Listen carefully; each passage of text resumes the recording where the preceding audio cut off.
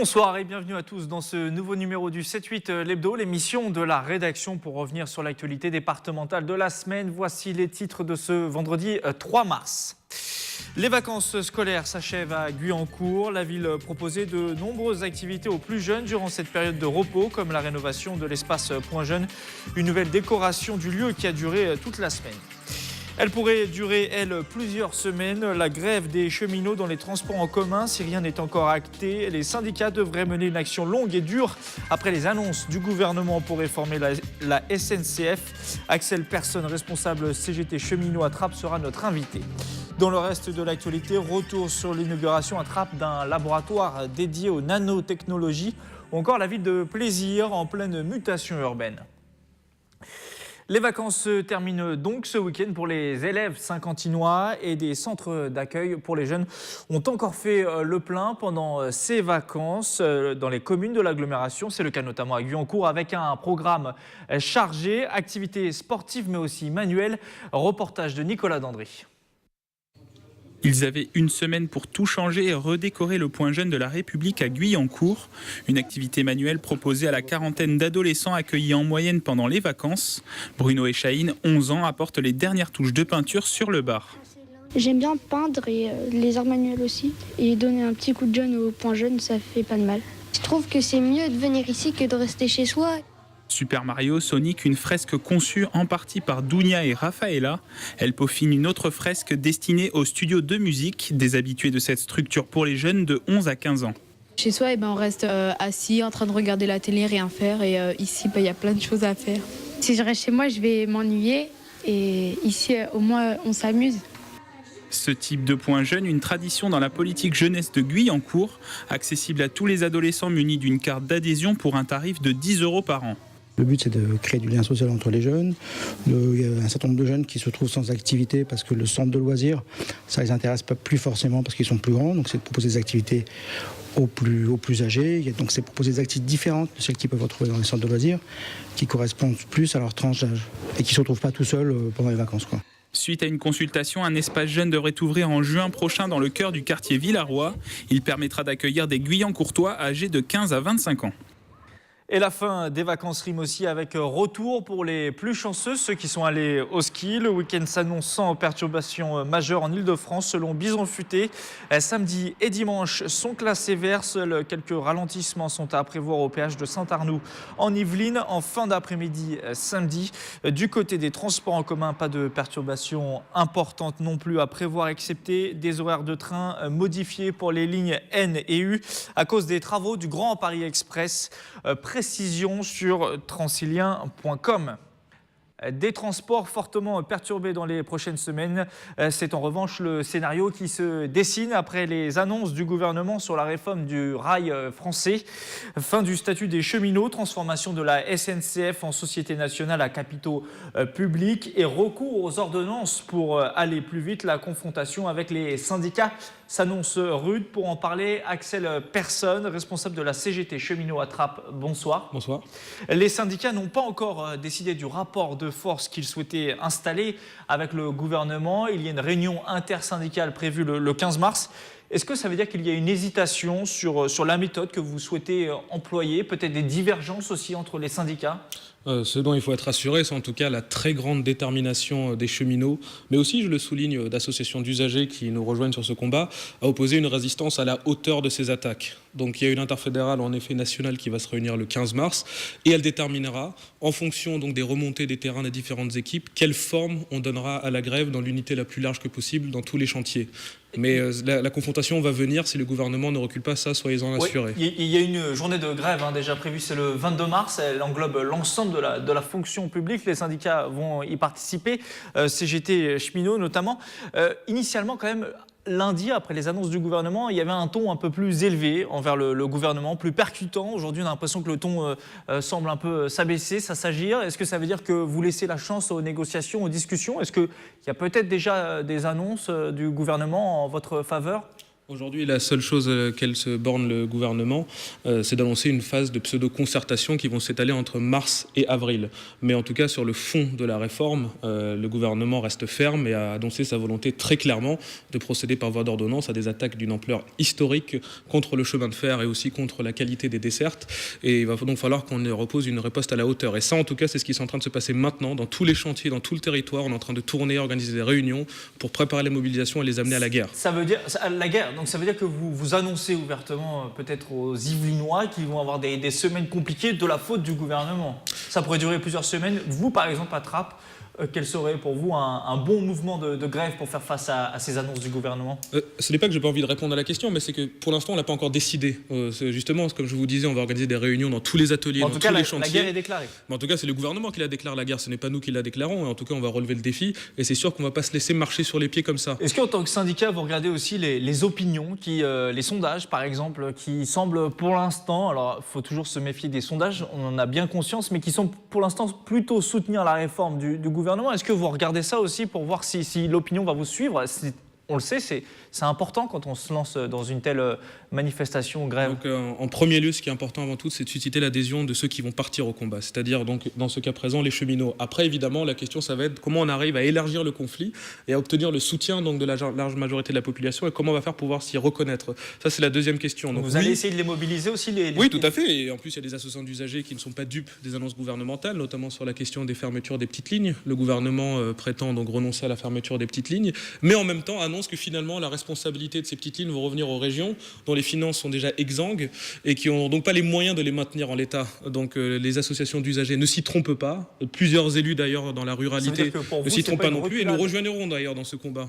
Vous dites c'est pas une reculade par exemple ces annonces sur les petites lignes, c'est pas pour vous satisfaire, c'est plutôt un leurre ? Tout à fait, oui, parce que le gouvernement a très clairement, on peut lui reconnaître ça, n'a pas annoncé je maintiens et je finance ce qu'il appelle les petites lignes. Ce qu'il annonce, c'est de dire je vais renvoyer la responsabilité aux régions qui ensuite, si elles veulent les maintenir, prendront les financements nécessaires. Mais en tout cas, l'État annonce progressivement son désengagement de ces lignes-là. Et ça, les associations d'usagers ne s'y trompent pas.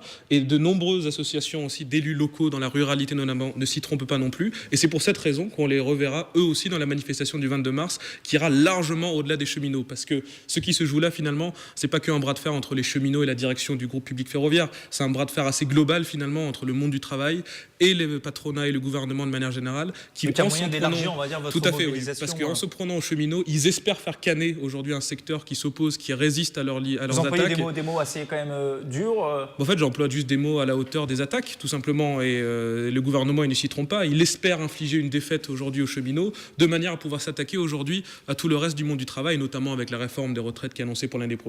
Et espère ici marquer donc un coup politique pour assommer un secteur qui lui résiste. Encore une fois, les sondages ne semblent pas, en tout cas, critiquer ces ambitions-là du gouvernement. Après, ça dépend de quel sondage vous parlez. C'est pour ça, j'ai bien souligné tout à l'heure, il faut parfois s'en méfier des sondages, mais globalement, on a quand même l'impression que le gouvernement est soutenu.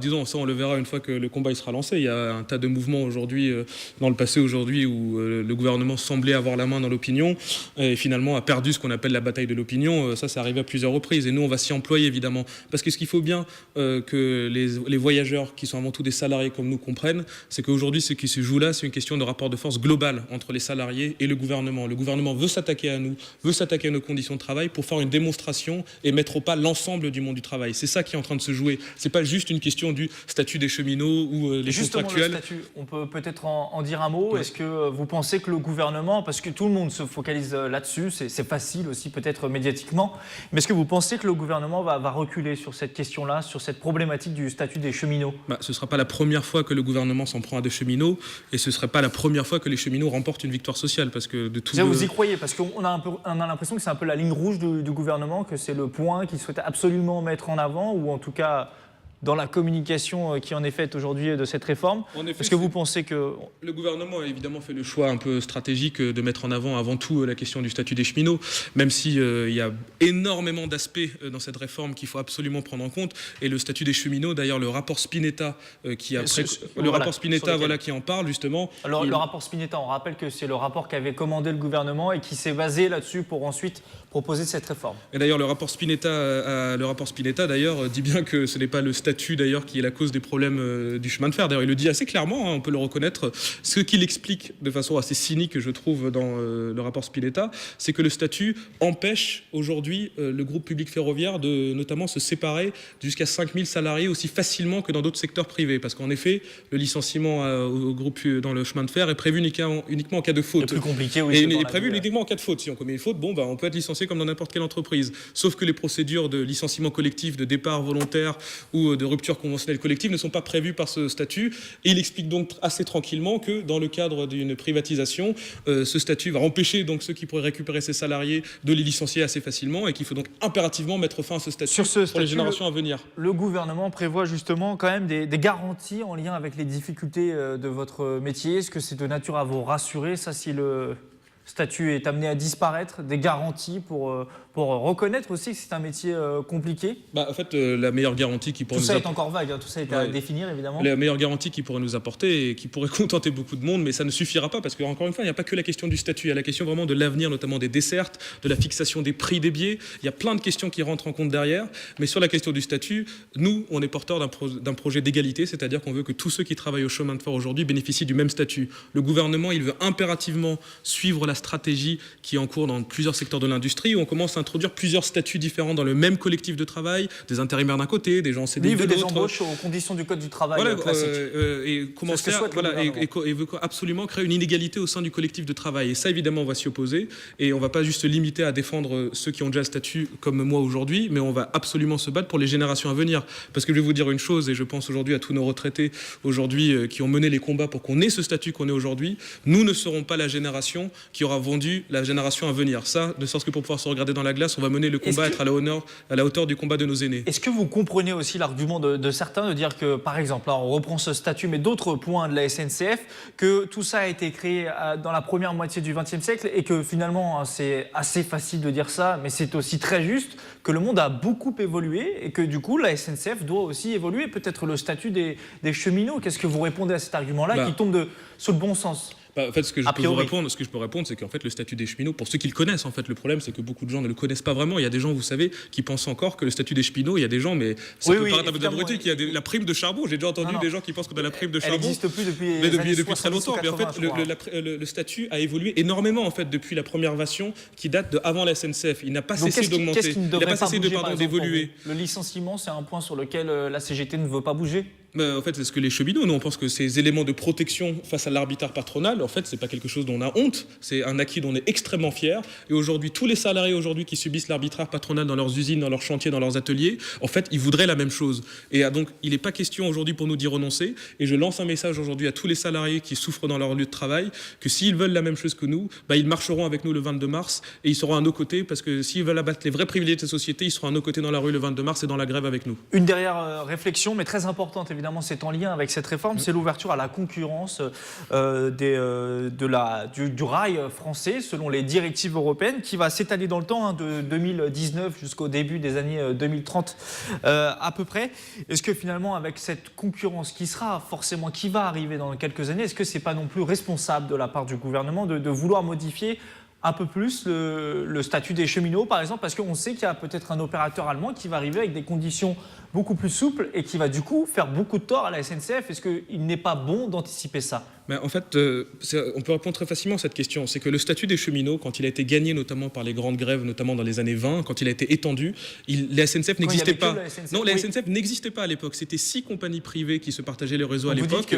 Et à l'époque, les cheminots des différentes compagnies se sont unis pour bagarrer et imposer ensemble les mêmes conditions de travail pour tous. C'est ce qui a servi de précurseur aux conventions collectives dont 94% des salariés bénéficient aujourd'hui. Et c'est pour ça que ça rend absolument malade aujourd'hui nos adversaires. C'est parce que ces statuts-là ont servi de précurseur des avancées sociales pour tout le salariat. Et je finis avec un exemple assez concret. Je prends par exemple l'exemple des congés payés. Les cheminots l'avaient obtenu un peu avant les grandes grèves de 1936. Et dans les grèves de 1936, les autres salariés disaient les cheminots ont eu des congés payés, les employés du métro parisien l'ont eu, et nous voulons la même chose. Vous nous annoncez du coup que vous êtes entre guillemets des précurseurs et que si votre mouvement est important social, on peut avoir un mouvement social beaucoup plus important en France, 50 ans après mai 68. Vous avez l'air très engagé, mais ça, là on suppose. Et on verra bien, mais en tout cas il y a les ingrédients qui permettent de le penser, parce qu'il n'y a pas que les cheminots aujourd'hui qui sont attaqués. Aujourd'hui il y a des grèves extrêmement fortes, je pense notamment à Air France, où la grève est extrêmement suivie sur la question des salaires. Il y a des grèves dans la métallurgie, les étudiants se mobilisent partiellement et commencent à se mobiliser sur des questions de sélection à l'université, les fonctionnaires sont dans l'action. Donc évidemment aujourd'hui il y a un mécontentement général qui est en train de s'exprimer, et si les cheminots peuvent en prendre la tête et cristalliser ce mécontentement, agglomérer de dos, on aura fait un pas en avant et le gouvernement aura de quoi trembler. On va suivre ça de près, puisqu'on rappelle qu'à Saint-Quentin-en-Yvelines, il y a plusieurs gares SNCF, il y en a 5 sur le bassin de Saint-Quentin-en-Yvelines. Merci Axel Persson d'avoir répondu à toutes ces questions. Je rappelle que vous êtes le représentant de la CGT Cheminots. Attrape, merci encore et bon week-end. Des perturbations encore et toujours, cette fois-ci à cause de Paris-Nice. La célèbre course cycliste partira des Yvelines dimanche et pourrait entraîner la fermeture de plusieurs routes sur le secteur de Saint-Quentin-en-Yvelines. Va entraîner d'ailleurs la fermeture de plusieurs routes. On fait le point avec Mélanie Poquet. Après Bois d'Arcy, l'an dernier, c'est au tour de Chatou d'accueillir la course au soleil. 135 km à travers les Yvelines avant de rejoindre les Hauts-de-Seine. Un départ fictif jusqu'à Saint-Germain-en-Laye, et à la sortie de Saint-Germain-en-Laye, un départ réel pour aller sur Villepreux, sur Benne, sur les Ménules, et on va aller chercher toutes les côtes qui sont dans les Yvelines, dont certains connaissent, notamment la côte des 17 Tourdans. On va aller chercher la côte de Boulay-les-Trous, on va aller chercher la côte de Châteaufort, mais côté Estelle Jacques-Anquetil, donc ça parle aussi, ce sont des endroits qui parlent, et un retour sur Saint-Quentin-en-Yvelines. Des difficultés de circulation seront à prévoir. La course entraînera des fermetures. 4 communes saint-quentinoises sont concernées. Villepreux, Manille-les-Hameaux, Voisins-le-Bretonneux et Montigny-le-Bretonneux. 154 coureurs seront au départ de cette première étape. Une étape qui devrait sourire aux sprinteurs. L'an dernier, c'était Arnaud Desmar qui s'était imposé.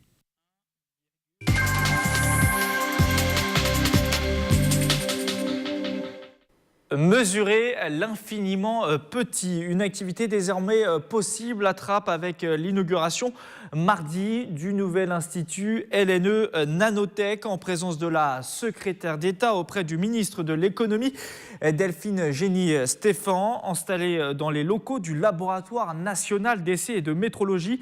Cet institut va permettre de faire progresser nos connaissances sur les nanotechnologies. Aurélie Ronce pour les détails. Voici un microscope à force atomique métrologique. Cet outil de pointe, unique en France, fait partie des équipements du nouvel institut LNE Nanotech. Intégré au sein du laboratoire national d'essais et de métrologie, l'institut est en charge de la réalisation des références à l'échelle du nanomètre. Il a notamment comme objectif de développer les nanotechnologies. Vous avez des applications, par exemple, sur des carreaux auto-nettoyants. Vous n'avez plus besoin de nettoyer vos carreaux. Vous avez des textiles qui ne sentent pas mauvais parce qu'ils sont antibactériens. Vous avez des applications dans la santé extrêmement importantes, par exemple dans le traitement de certains cancers. Depuis plus de 10 ans, au LNE, cette équipe de recherche travaille sur les nanomatériaux et les nanodispositifs. Une activité en plein essor, appelée à jouer un rôle important dans le monde de demain. C'est absolument clé pour l'industrie et en particulier toute une série d'industries innovantes dans le domaine du semi-conducteur, mais aussi dans le domaine alimentaire, pharmaceutique, puisque les nanomatériaux sont de plus en plus utilisés dans l'industrie pour leurs propriétés particulières. Une nouvelle technologie source d'inquiétude, d'où l'utilité de ce nouvel institut. Ce sont des particules toutes petites qui peuvent franchir les barrières biologiques de façon avec des propriétés tout à fait incroyables. Et donc, il faut mieux les connaître, mieux les caractériser. Et c'est ce qu'on va faire ici.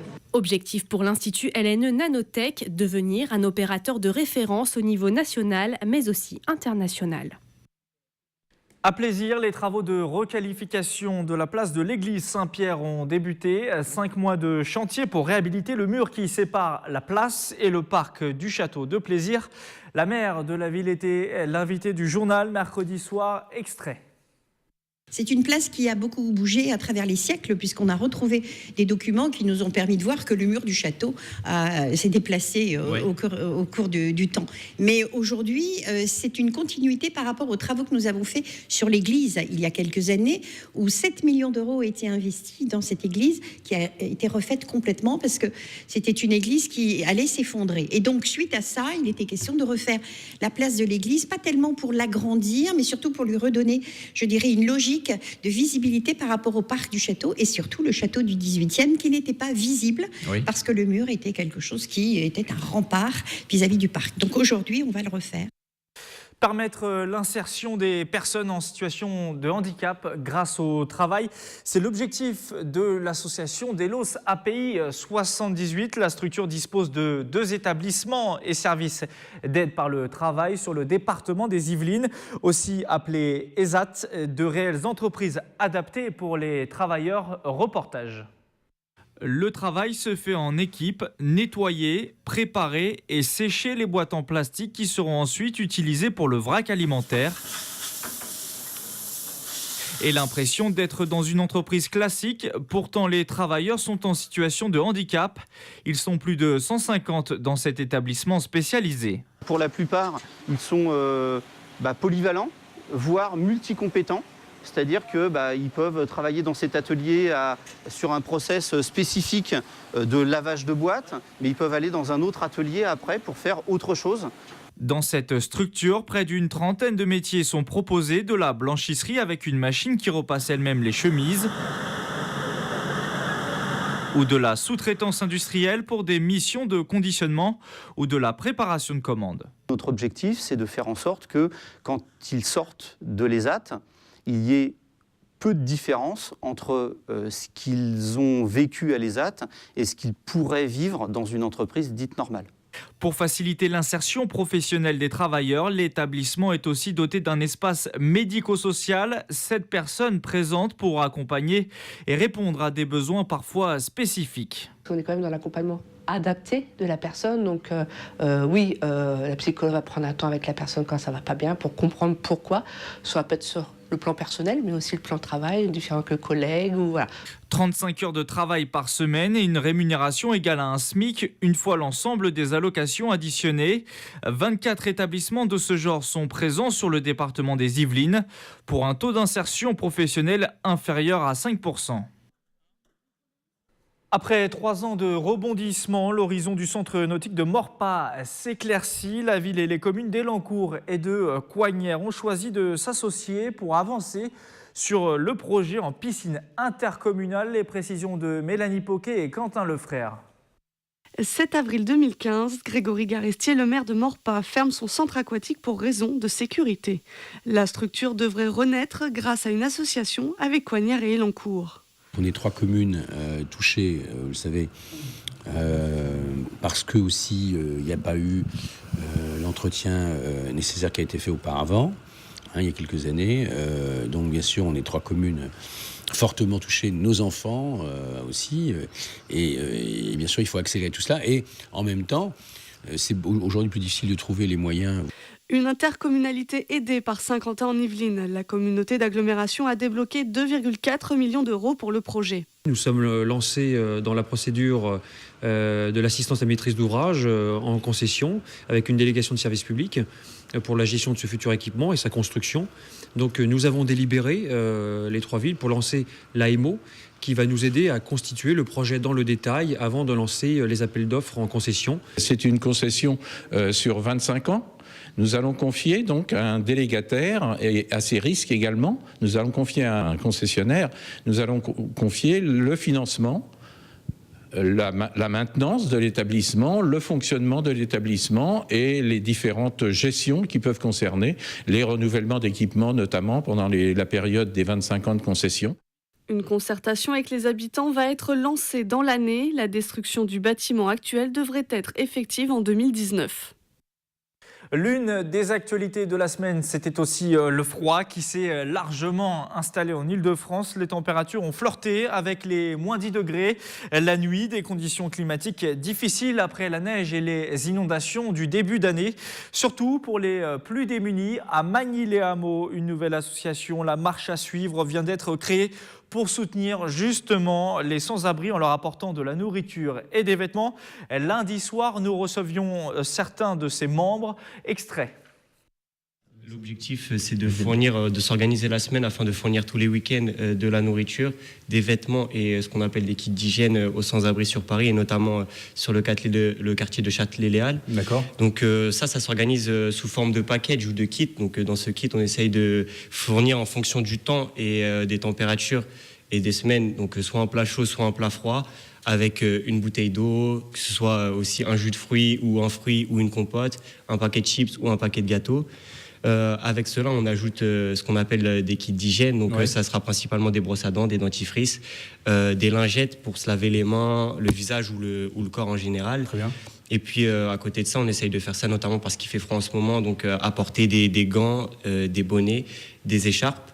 On reçoit aussi tout autre type de dons vestimentaires comme des pulls, des pantalons, etc. On a aussi fait quelques courses. Ça nous arrivait de faire quelques courses, récupérer des plaids ou des couettes avec les bénévoles. C'est la fin de ce 7-8 l'hebdo. Retour de l'actualité en direct lundi à 18h sur l'antenne de TV78. D'ici là, restez connectés et informés grâce à notre site internet et nos réseaux sociaux, l'application TV78. Bon week-end à tous et à la semaine prochaine.